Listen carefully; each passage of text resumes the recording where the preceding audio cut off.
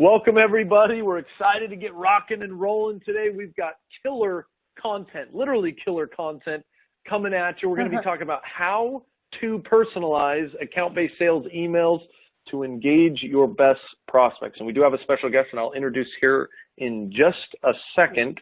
But as a couple other people trickle in, let me get rid of some of these quick housekeeping items.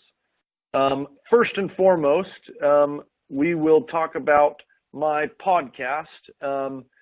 If you haven't heard of the Sales Acceleration Podcast, by all means, check it out. It's a fantastic twice a week for our audience, talking about all things sales acceleration, people, systems, and processes. Would invite you to tune in. Secondly, we want you to know this webinar will be recorded. So if you can't catch it now, if you need to catch it a little bit later, by all means, we'll make sure we email it out to you so that you can have it and share it further.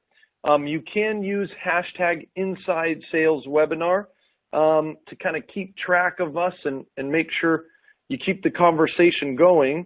And lastly, I do want to make sure that you know how to use the Q&A box, as we want to make this interactive. So if you can quickly go down to the bottom of your screen, type in your name and where you're from, that little thing that says Q&A, and see if we can't get just familiar with our audience here before we kind of get rocking and rolling. So while you're doing that, I'm going to go ahead and introduce briefly our guest. Looks like we've got a couple people coming in: Marcus, Nicholas, Jennifer, Zachary. Fantastic, fantastic. So we have a special guest today, you guys, Heather Morgan. She is the founder and CEO of a company called Salesfolk, but you may know her from her Inc. magazine column. I've been tracking her for a little while. Some of the things I love. I actually got an email, Heather, about are your cold emails going unread? Your subject lines are probably the blank. Great article in Inc. So if you've not checked that out, we would definitely recommend that, but I'm probably not doing justice very well. Heather, can you tell us a little bit about yourself and some of the cool things you guys do over at Salesfolk? Yeah, absolutely, Gabe. And by the way, thanks for having me today. So in a nutshell, Salesfolk helps sales teams and sometimes marketing teams create really effective and targeted B2B emails. And I won't get into too much about how we do that, but basically, the point is that we want to create really personalized and scalable outreach that helps B2B companies start conversations with new customers. And we have a lot of tools and free resources on salesfolk.com to help people do that, ranging from guides to our pretty popular and entertaining Hall of Shame, where we make fun of bad sales emails. You've probably seen it. I have seen it. It's fantastic. I love it. Thank you. Do you have any favorites? I actually had one of my own. I wanted to try to add to it, to be honest. I had a leader tell me the other day that she caught an email from one of her reps that said, "Hey, bro." It was a prospecting email. She called it the bro email, and I thought, oh, man, we ought to get that over. I think it'd be fantastic. So some fun stuff over at Salesfolk. So we're excited to jump in today, Heather, and talk all things kind of email strategy. But before we do, we wanted to open it up to the audience. Again, I want to encourage participation. We're throwing a couple questions up on the board. And Heather, I want to get your opinion on these as they come through. But as you guys think about your outreach strategy or your sequence or your cadence, whether you're running an account-based program or not, how many emails are you typically sending as part of that outreach strategy to get responses from those key contacts? Is it just 1, 2, 3, 4, etc.? I want to give you 30 seconds, but I want to ask Heather, while people are filling that out, guesstimate here. We don't have to make a wager, Heather, but what do you think is typical when it comes to this? Is it just all over the board? Are people sometimes sending 1, 10? Where do you typically see this? Oh, we definitely see a big range, but I would say people tend to fall into trenches. Obviously, there's some people that only send one. I would hope that's not the majority. I think there's a number of people that are sending like 2 or 4, probably 4. Yeah. And then there's some that are sending like 6 and 8 and 10 and more. If I had to guess, though, I'd probably say it's probably 4 or 5 is the most common answer. All right. We'll see. 4 or 5. Yeah, let's see. So the results, let's give you 30 more, no, not 30 more seconds, 2 more seconds, and then let's go into some of these results. So here we are. Looks like, yeah, it looks, okay, so that 3 and 4, I was you have any tenors in it? Whoa, you got, look at that, 10% of people said they do 10 plus. You know, we talked before. I did not think, I was telling Heather before, I said to Gal, Heather, we probably ought to cut it off at 6. You got some real persistency there. You got some real persistency, but 3 or 4 is where it looks like a lot of these people end up, and that's kind of true to what sounds like you see. Let's do one more question, and then we'll jump in here, you guys. You know, Heather and I were talking a little bit about this account-based approach and the idea of personalization, and we're curious, in your typical emails that you're sending out, how personalized do you actually get? Are you just playing with the name? Are you just using generic templates? Are you really doing stuff by personas? Again, that kind of title, function title level. Are you getting more into the company? You know, this company IPO'd or they're starting a new office. Or you get more into the contact where you talk, you know, about a promotion or something interesting you find in some social channel around an achievement or something that they've done recently. So we'd love to hear kind of how far down the rabbit hole you go on personalization as we start to talk about best practices with Heather around email. So again, I want to have the audience quickly answer, but Heather, I'm going to put you on the spot again. When we think about personalization, is there such thing as too much personalization? Can you go too far down the personalization train? Well, that's a great question. I would say yes, and I would also say that not all personalization is the same or effective. I mean, you could mention really odd details that could make someone feel like you're creepy, like a stalker, you're being disingenuous.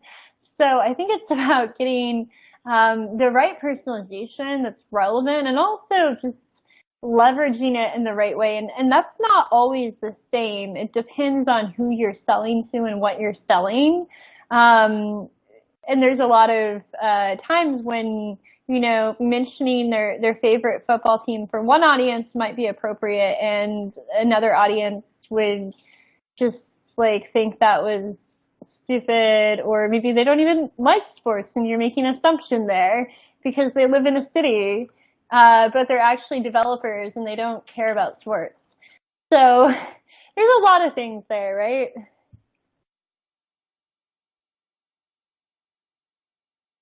Can you guys hear me okay? You went silent for a second. No, yes. You know, it is hard to, so many different variables to figure that out. I guess it is case by case. Let's see kind of what the average from the audience came out to be, where they are on the spectrum. So it looks like, yeah, a lot of people just using a standard template and changing the name. That I mean, not necessarily good, bad, or ugly. It looks like pretty even. Actually, you know, pretty even across the board. That's a little surprising. Yeah. So, looks like people are kind of finding different, and maybe that's to your point, you know, based on your industry and who you're targeting, you are using a variety, and it looks like people are kind of all over the board there. Well, I think that's probably a good setup. We got a little bit of information. I'm noticing in the Q&A box we got Bethany, Tom, thanks so much for joining, Frank, Raul, James. We got a handful of people, Heather. I think we're ready for you to dive in, start talking best practices, and we'll go from there. Okay, cool. And by the way, I would say with all those answers, there's a time and a place for everything. As long as you're getting really good at results, which we can talk about more what good results are, that's the right approach, because sometimes you really have to go above and beyond with personalization, and other times you don't. I would say at a bare minimum, you probably want to think about at least the buyer persona. But anyways, I'll just hop into it. So we kind of already asked this, but how many times do your salespeople or you try to reach out to an account before they give up? Likewise, the other question that we didn't talk about is how many contacts are your salespeople or you going after in each account? You might reach out 8 times or a dozen times or whatever to a prospect, but that one prospect isn't necessarily the entire account. And it's also important to think about going after other people.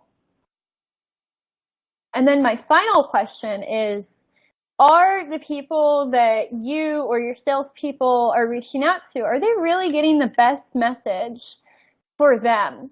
Because the problem with just sending one email template to everyone you reach out to all kinds of different decision makers, is that it might be really relevant to one decision maker, but it probably won't be that relevant to all the other decision makers unless they have the same exact title and functions. However, I would say that a lot of times it's not even that. A lot of times what happens when people just have one template they're using for everyone is that that template's actually so vague and generic that it's not really all that effective with anyone. And I'll be talking about that more in a minute. So this webinar is all about writing really effective cold emails, but doing it in a scalable way so that you can really target your accounts and get a response. So let's do a little bit of math. I'm kind of a math nerd. I apologize in advance. So 8 emails is actually the number of emails that you should send if you want to maximize your odds of getting a response.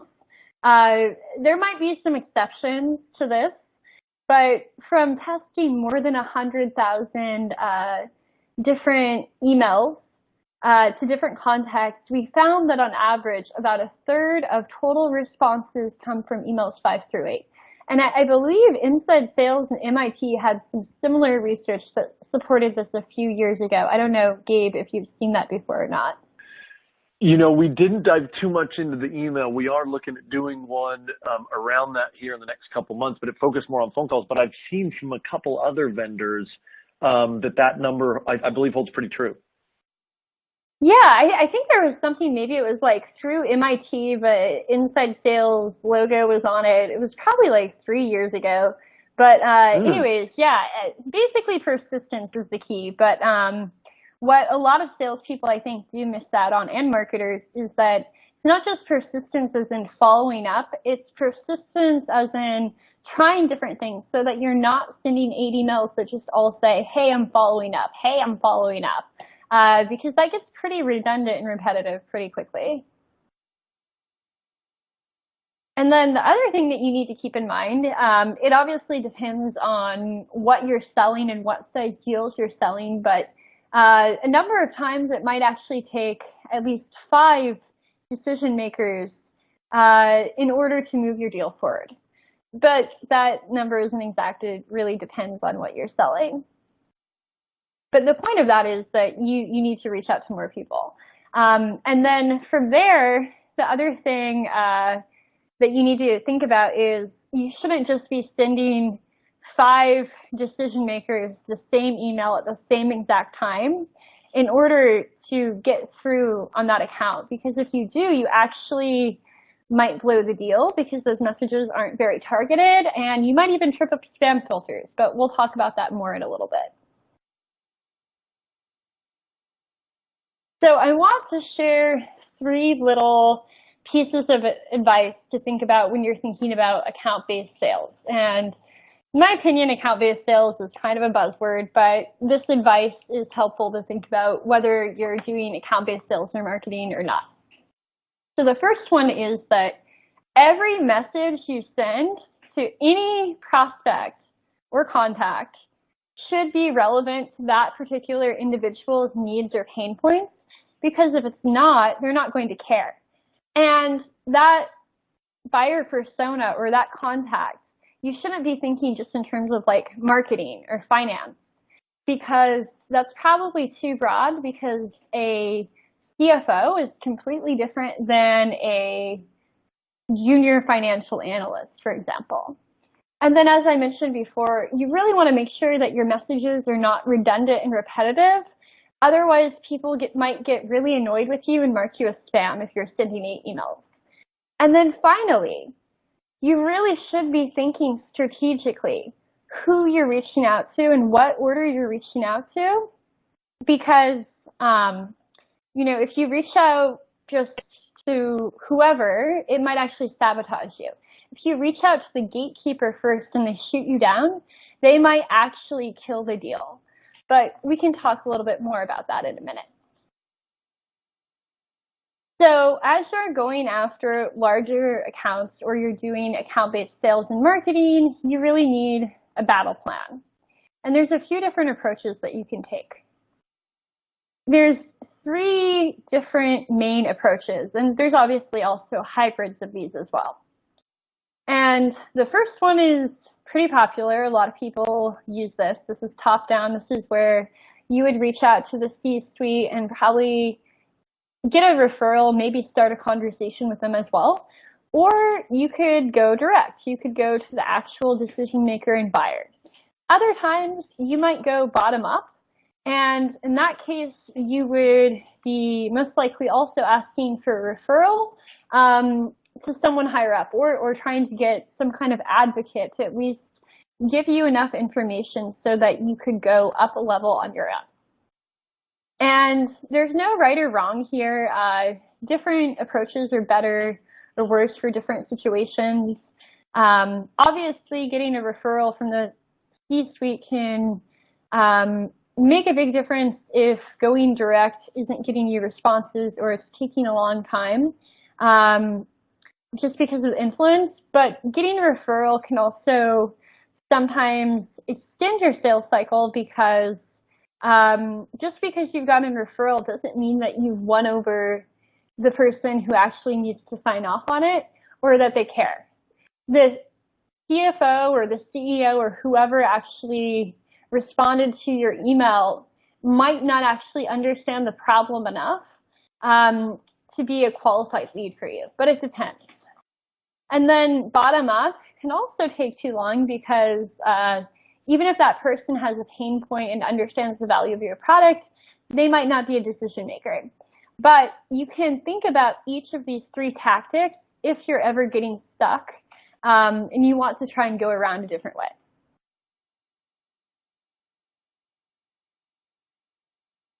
So I like to think about the order in which you should contact people in terms of probability and velocity. And in terms of deciding this order, I like to think who is most likely to respond to me and be a really strong advocate. Obviously, if I can go to the top and get them to make a decision, and first get them to respond to me and make a decision quickly, that's great. But a lot of times that won't happen. So you have to think who will actually respond, which you might not know until you actually test it. You can look at your numbers to see who you're getting the best positive response rates from, and also who's responding the quickest to the emails in your sequence after you've done some testing.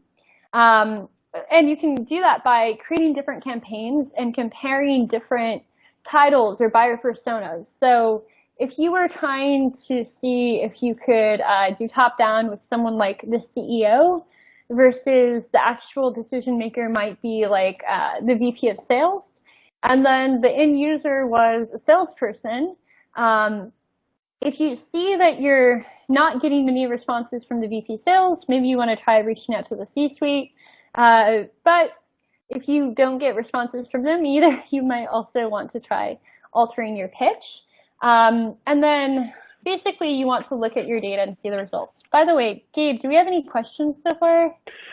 Yes, we got some great ones. I was just going to interrupt you. So yeah, let me great. dive into a couple of these. So Costa, you just wrote, and she said, should you typically be sending an email without calling first in a outreach cadence?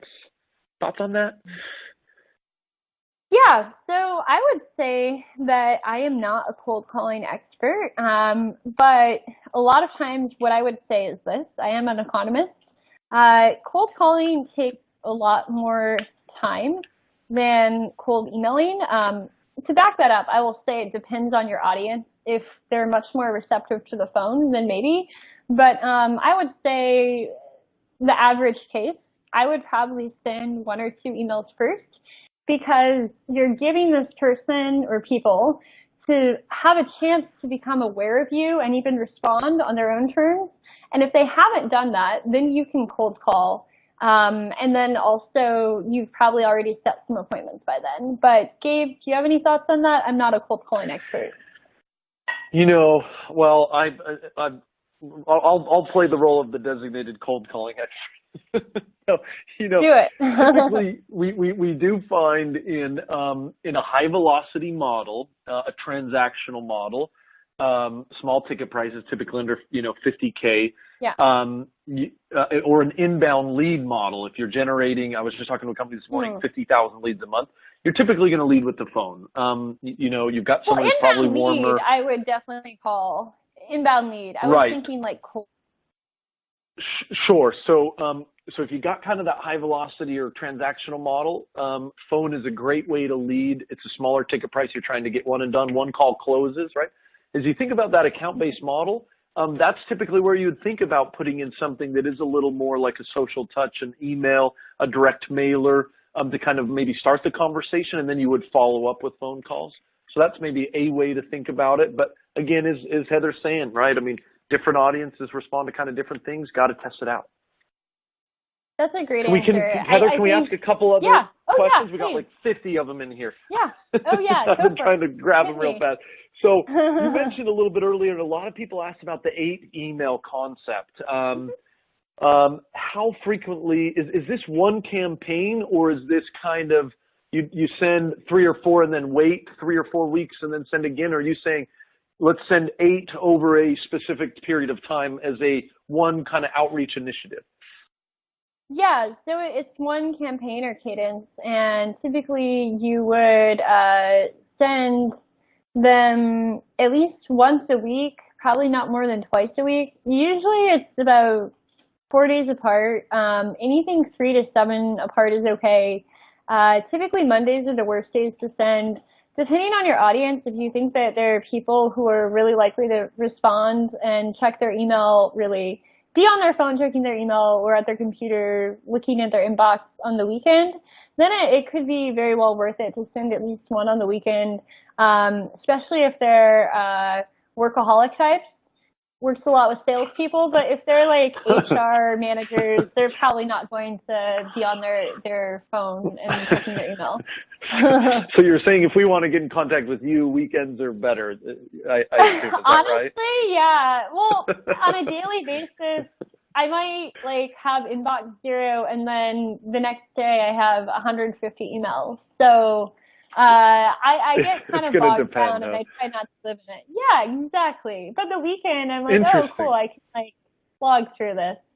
Yeah. Look at it in your leisure. Yeah, I do find myself Sunday night. There's a couple people who I'm on their email list, and they send Sunday night, and I'm always digesting those. But that's certainly personal. I don't have data to back that up. But this question, a lot of people, Heather, are saying, we got Kyle here saying, we had Jenny say, hey, I feel like 8's a lot. Sometimes I feel like people get annoyed after 4 to 5. Are you really getting positive responses at 8, or are you getting hate mail and stuff? Can you kind of just speak to that? Because we probably have 4 or 5 people kind of ask around that kind of number 8. Yeah. No, the trick is having every email add new and different information and value, and not making them feel like that you're hitting them over the head. And so we actually have, for all of our clients, we do 8 touches for them. And, you're always throughout the campaign going to get some negative ones, even at the beginning and the end. But for the most part, if you have a really targeted list, a lot of times the really, like, I hate you, I hate sales, I hate your company people, they're out in the first few.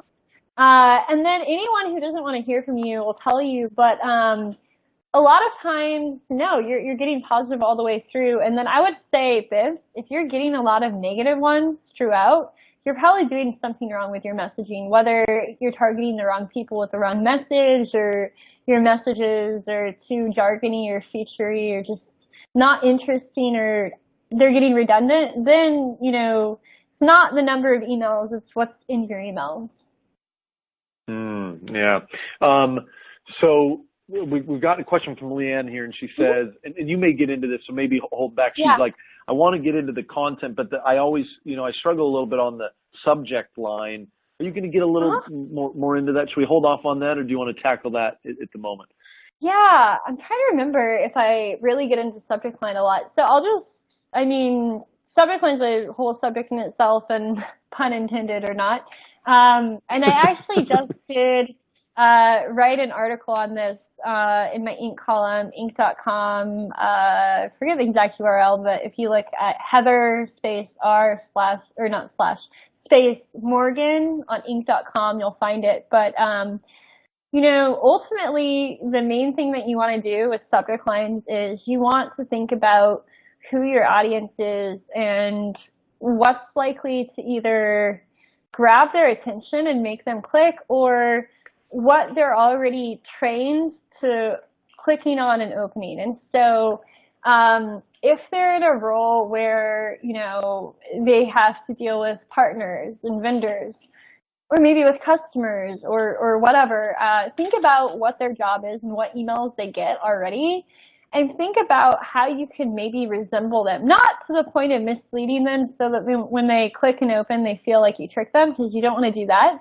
But if you can think about what's already in their inbox, that can help a lot. The other thing is, okay, when you're thinking about your audience to start with, your buyer persona, or whoever you're going after, you want to think about what pain points they have, what KPIs they care about, basically what's relevant to them, and then how your product intersects. So a lot of times, compelling benefits or interesting information that's relevant to what they care about is a really good subject line, but I could give you 1,001 tips on subject lines.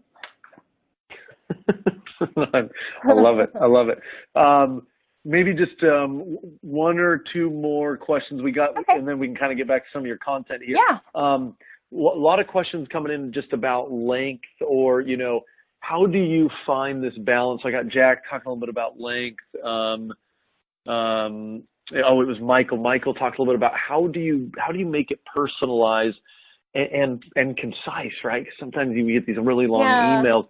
Any thoughts on kind of length and keeping this kind of personalization, but not writing 2 pages about the company or content? Yeah. So we're talking about the email and not the subject line, right? Just to clarify. For links. Yes. Correct. Yeah.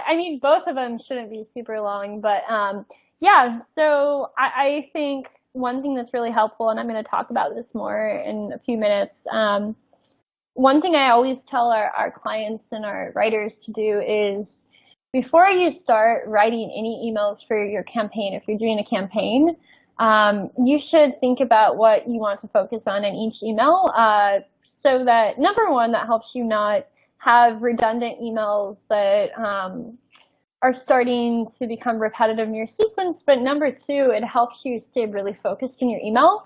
So once you've planned out what your touch points are going to look like, above every email, before I write it or before one of our writers is writing it, I really encourage them and you to write the focus, whether it's a pain point or a benefit or idea or whatever it is, so that you don't get lost along the way. Because sometimes when we're writing, we get really excited, and before we know it, we've rambled all over the place. So I'm actually not sure if Hemingway said this, but write drunk, edit sober.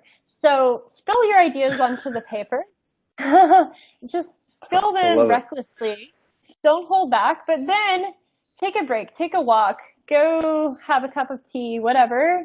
Go for a run, come back, and then look at your work again, and then see, did I keep the focus?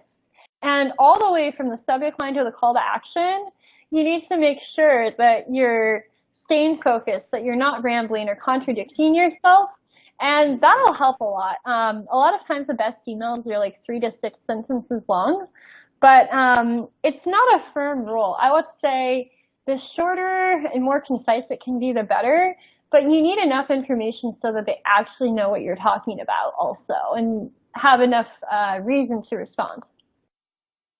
I love it. Okay. One more, and then I promise we'll get back to it. A lot of questions coming in around, you know, some of these kind of tactical stuff, but maybe let's hit this one first. So Steve, this is an interesting question from Steve. So we kind of said, you know, 8 emails, it's a lot of content. How do you string them together so that, you know, how do you, first of all, come up with that content and create kind of a campaign that is meaningful so that it does provide value to the customer? Do you find that challenging? I mean, I think it's why my company is in business. I enjoy it. I like it. I'm pretty good and fast at it. There you go.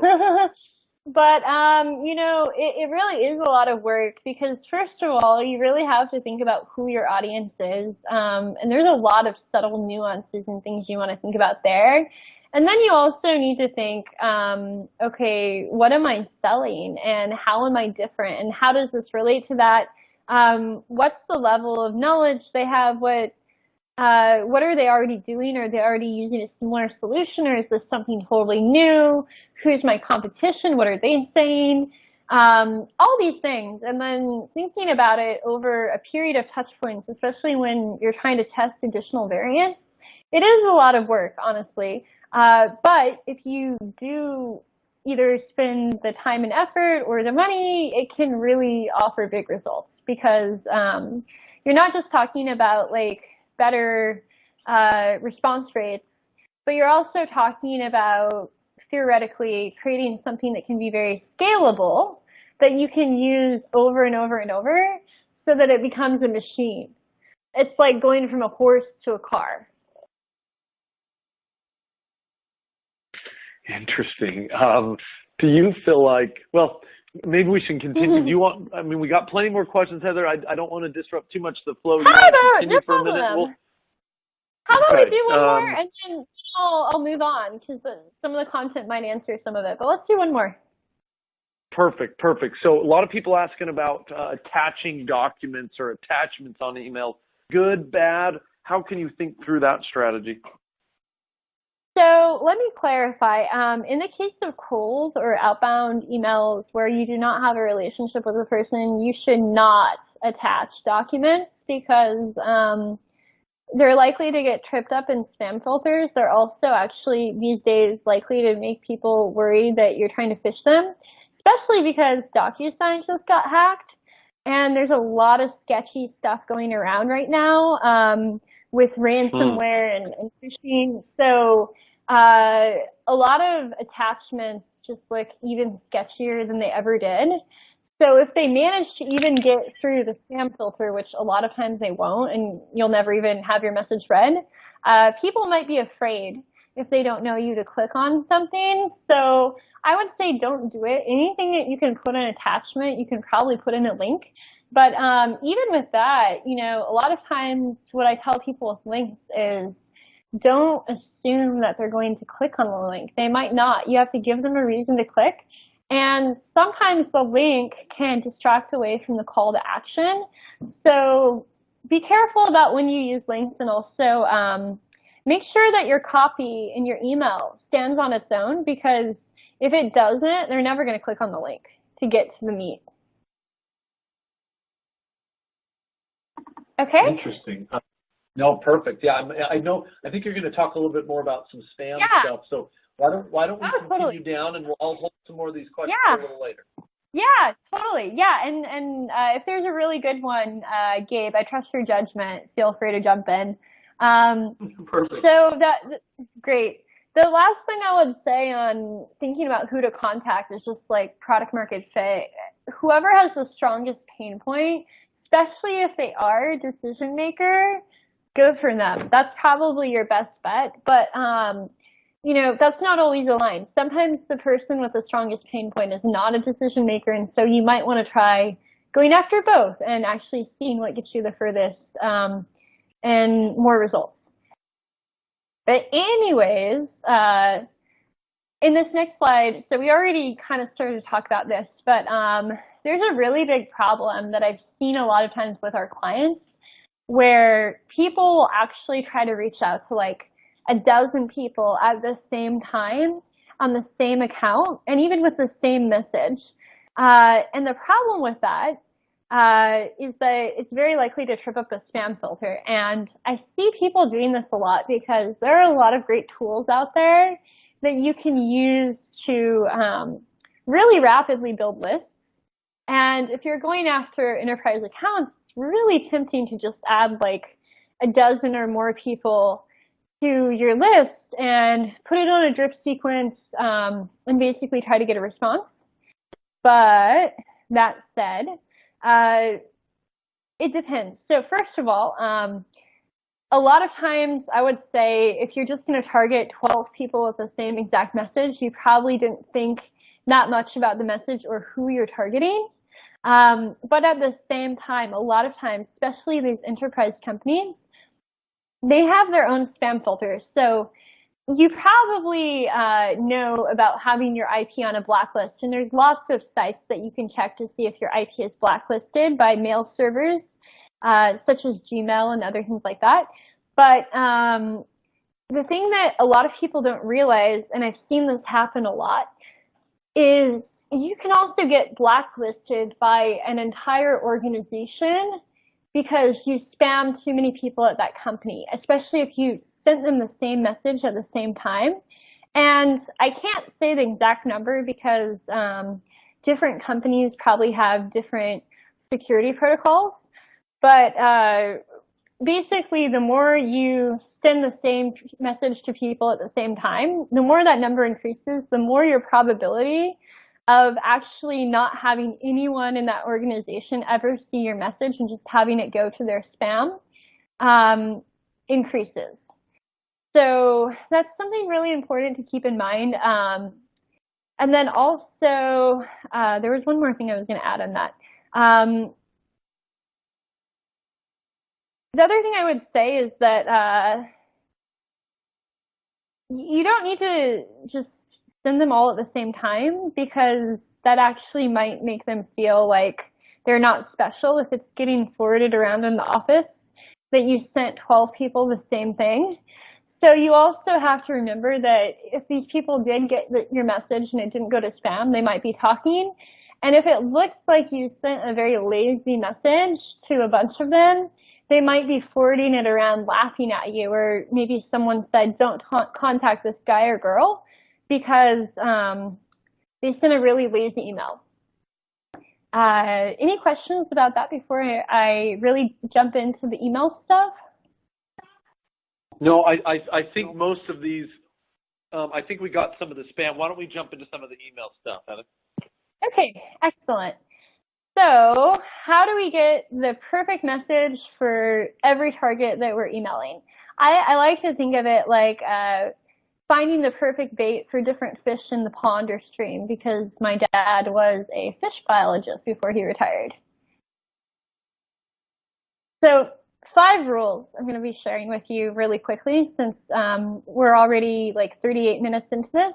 The first one is to know your audience. I've already talked about this a bit, but basically the CEO, CFO, and financial analyst are not all the same people. So don't send them the same message. How do you decide what to send people? LinkedIn is a great place to start, but you can also look at other social profiles like Twitter or anything else they might have where they have information about themselves or content that they're sharing.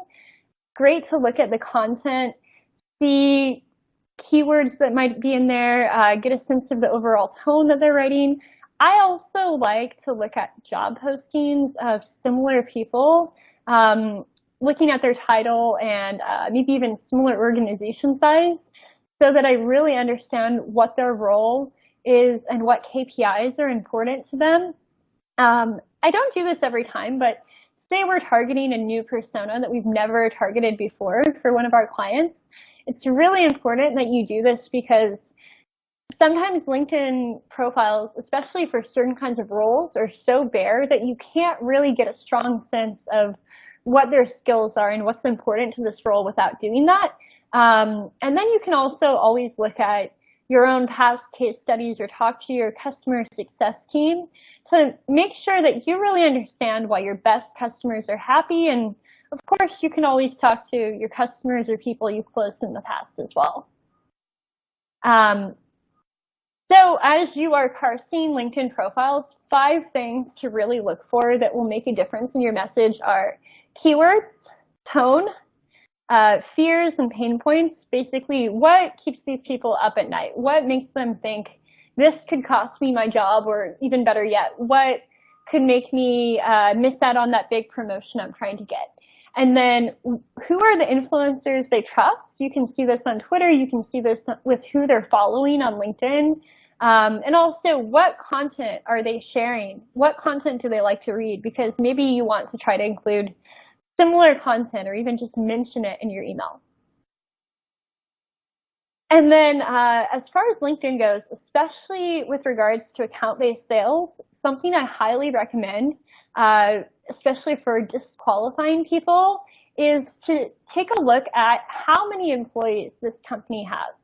And as you're looking at a specific title to go after, you should also see how many people have that exact same title, because sometimes, especially startups, will have these very inflated titles where everyone's a VP.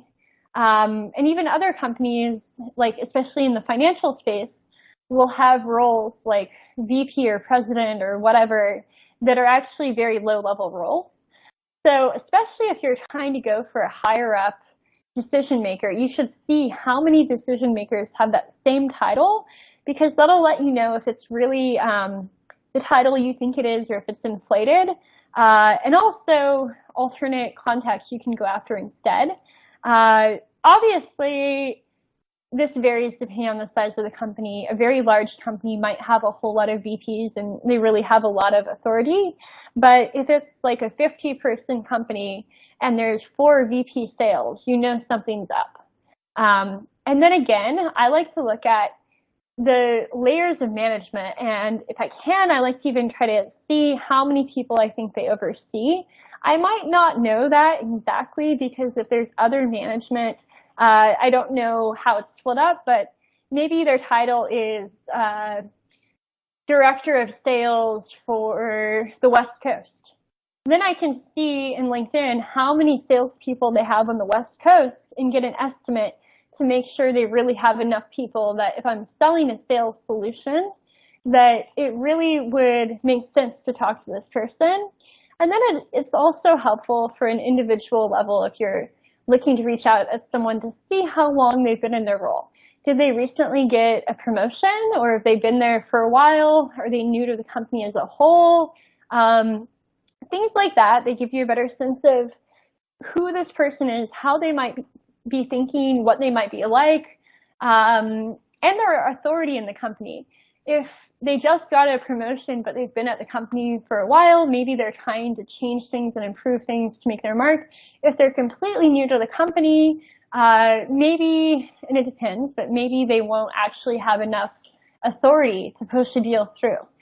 So these are other things you can think about. And then if you're not sure, I think in general, it helps to compare one individual to other individuals in the organization to try and get a sense of how the company thinks and how the makeup of the organizational structure is. Who are they hiring, and who is this person in reference to other similar people at the company? So I have 4 more points. I know we only have 16 minutes left. Gabe, are there any great questions that people want to ask, or should we keep going? Yeah, no, a lot of good questions, and I've told some of these guys we'll make sure we try to follow up with them after. Yeah. I do want to see if we can get to some of these examples, so I'm going to save some till the end. Yeah. And let's see if we can get some of those. Sounds great. And by the way, if any of you have questions, feel free to follow up after and email me at H as in Heather, R as in Rayhan, that's my middle name. M is in Morgan at salesfolk.com, which is hrmorgan at salesfolk.com. But anyways, rule number 2, be enticing. So once you've collected all this information, you need to think about how you can be relevant and interesting to your prospects. How do you do this? Obviously, you need to make sure that it's related to their actual pain points and priorities. You don't want to just talk about yourself. And even if you've been stalking them on LinkedIn, you don't need to tell them that you've been looking at them on LinkedIn. You need to talk about the things that you learned from their LinkedIn. And in general, you want to focus on benefits or value propositions rather than features and jargon as much as you can. Cut out the jargon and buzzwords and try to write in a conversational and human tone rather than a long and boring stiff monologue. Use first and second person like I and we and you and us versus things like they or company X, if company X is your company. 3, show, don't tell. So I say this a lot, but you should demonstrate your value. And the best way to do this is by letting your customer success brag for you. What do I mean by this? Basically, you want to create credibility, and one of the best ways you can do that is through social proof. Talking about your customers is really effective. The more you can paint a picture or tell a story of the success of some of your best customers, the more people will trust you, the more they'll be able to imagine what it's like to be your customer, and the more they'll want to work with you. It's great if you can name specific clients, but if you can't, try to describe them. If you have NDAs, the more you can give really specific details, the better. And the more that we can make our examples very clear and tangible, the better, so that people understand and remember. So instead of saying something like reduced by 50%, just say cut in half. And instead of saying 7 days, say a week. And then finally, you need to make sure that your social proof actually seems credible, or else no one will believe you, even if it is true. There was an email from, I think, Marketo that I tore apart on NBC a few years ago, and it said something like 4,000% improvement and blah, blah, blah. And even if it was true, it sounded really fake. So you need to make sure that the numbers and examples you have sound realistic to the people you're emailing, even if you have obtained them, because if they don't trust you, it doesn't matter. And then a few really quick examples of sentences with social proof. I'll just run through them really quickly. We connected company X. Oh, did you have, I heard a beep. Maybe that was your phone. We connected company X with one of the best Java developer candidates they've ever seen in just days from when they gave us their job posting. The next one is, we tripled company X's response rate from qualified leads in just one engagement, which helped add more than $2 million in sales revenue last quarter. And the third one is, before working with us, company Z's VP sales felt that her salespeople were wasting too much time and effort on bad contact data. We reduced their email bounce rate from over 25% to less than 2%.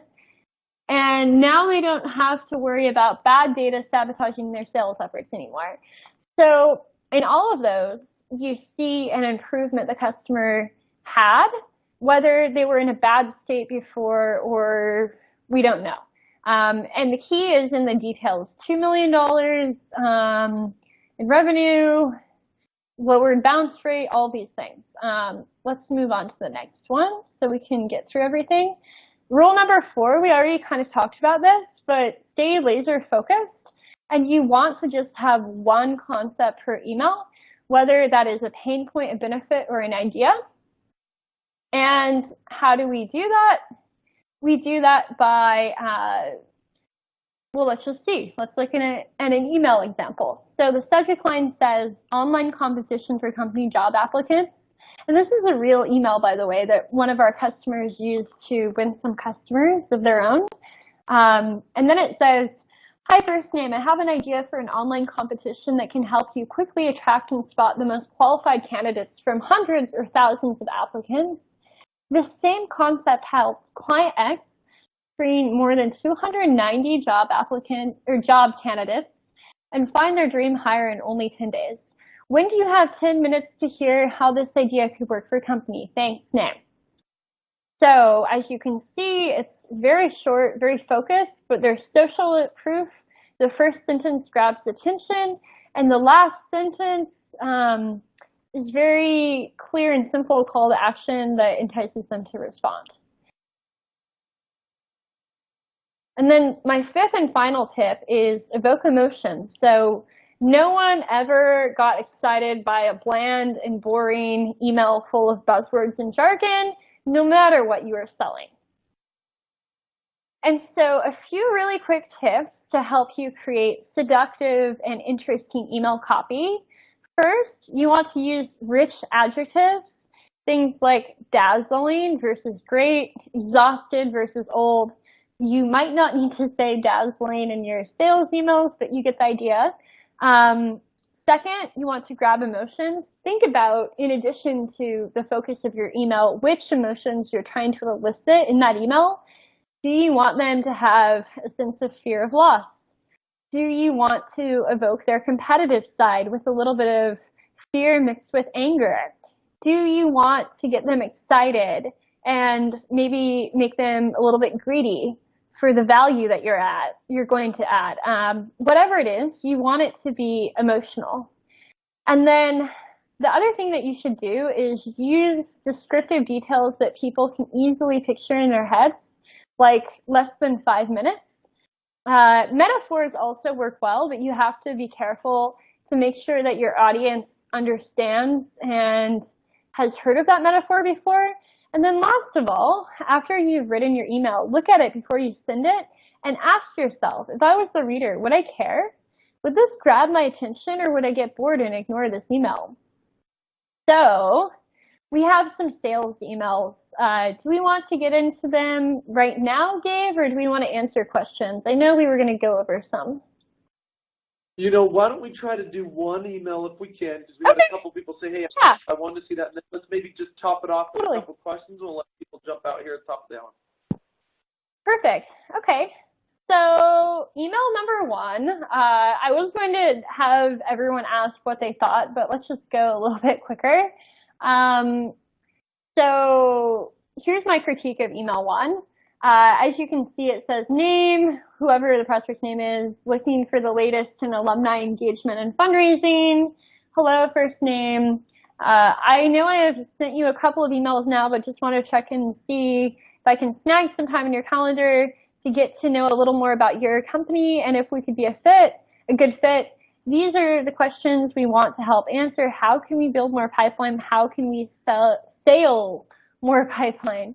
If these questions are keeping you up at night, then let's carve out some time this week. Let me know if you have 10 to 15 minutes. Wanted to drop some last content your way. So number one, snag some time. That doesn't really sound thoughtful. This whole email in general is quite self-focused. You need to give enough value. You need to earn someone's time. In general, the information in this email is really vague, especially the questions that they're asking, like build more pipeline. They don't sound really genuine or thoughtful. And there's also a typo, stale more pipeline. And then finally, the call to action really has no reason for me to respond. The email itself gives me zero social proof or reason to respond. Do we want to do another one quickly, Gabe, or do we want to get into questions?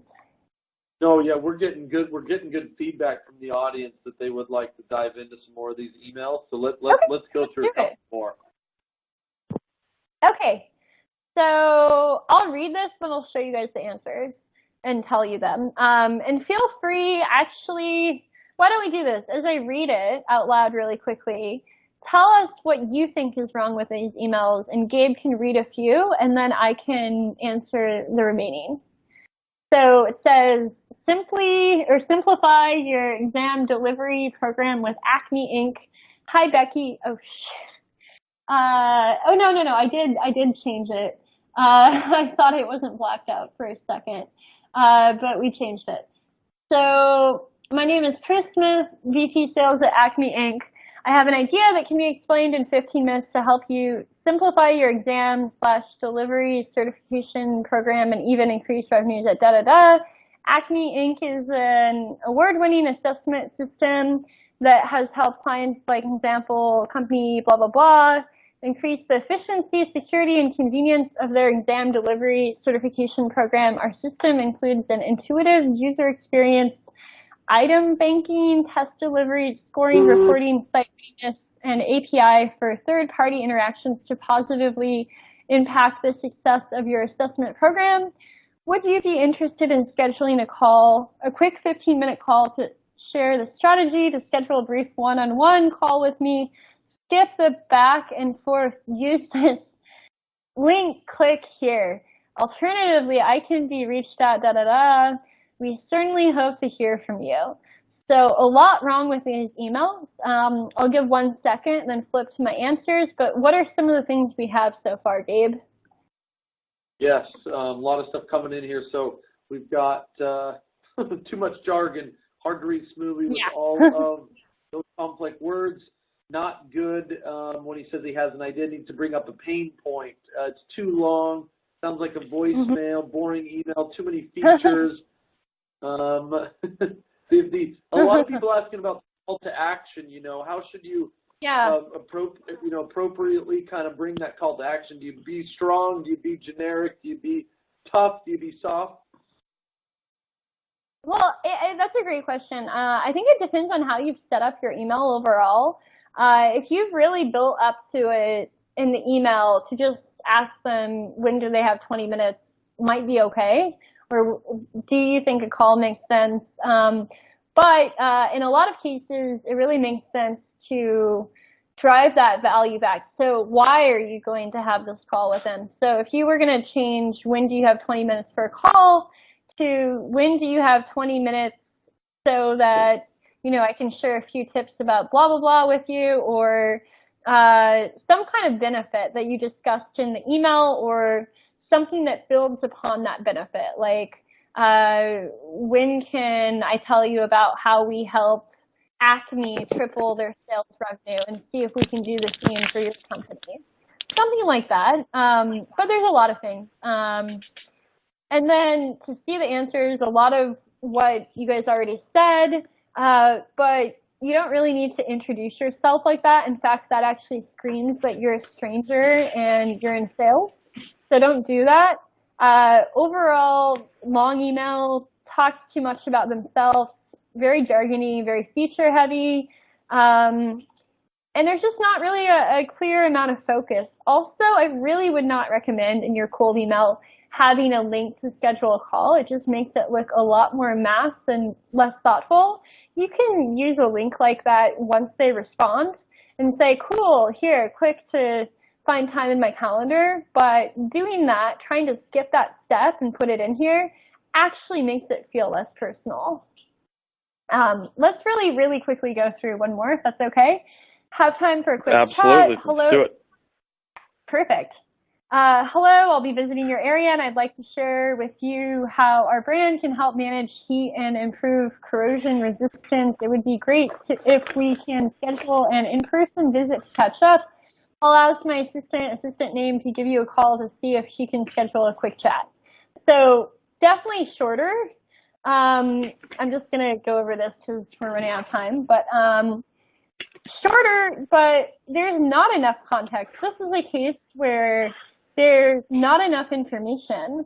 And it's actually really presumptuous because it's sounding as if we've met before and you don't know who this person is.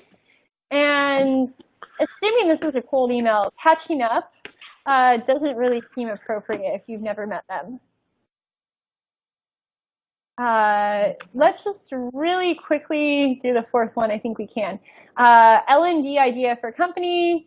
I noticed on LinkedIn that you're a senior leader for company. I thought you might be interested in our learning experiences uniquely designed to help your people reach their full career potential. Acme works with companies like Critical and others to develop their talent across all levels and functions. We're able to address individual goals and needs by matching each participant, your people, to a mentor from our community, office executives, blah, blah, blah. In fact, our match satisfaction rate has remained over 90% for the past 5 years. What is the best way of getting 15 minutes on your calendar to discuss our learning experiences in greater detail? And as you can tell, this thing is a mouthful, a lot of jargon, impersonal, not very clear value, and it could be a lot better if it was more specific and putting the value props in terms of something the client actually cares about. But I think that is all we're going to be able to get through. I do want you guys to see one quick resource of ours. If you want more tips on cold email, please do check out bit.ly/salesfolk17. Or shoot me an email at hrmorgan@salesfolk.com, but I'm going to hand it back over to Gabe to wrap up everything he needs to. Perfect. Well, everybody, thanks so much. I know we're just a little bit over time, but I thought it was a very valuable message. Heather, thanks so much for joining. Please do continue the conversation, you guys. Grab us on LinkedIn. Ask us questions. We'll try to get some of these answered after as well. You've got some great resources both by Heather and InsideSales.com here. So, Heather, again, closing comments before we let you go. Happy cold emailing, everyone. Perfect. All right. Well, with that, everybody, have a great day, and we'll talk to you soon. Bye-bye. Bye. Cheers.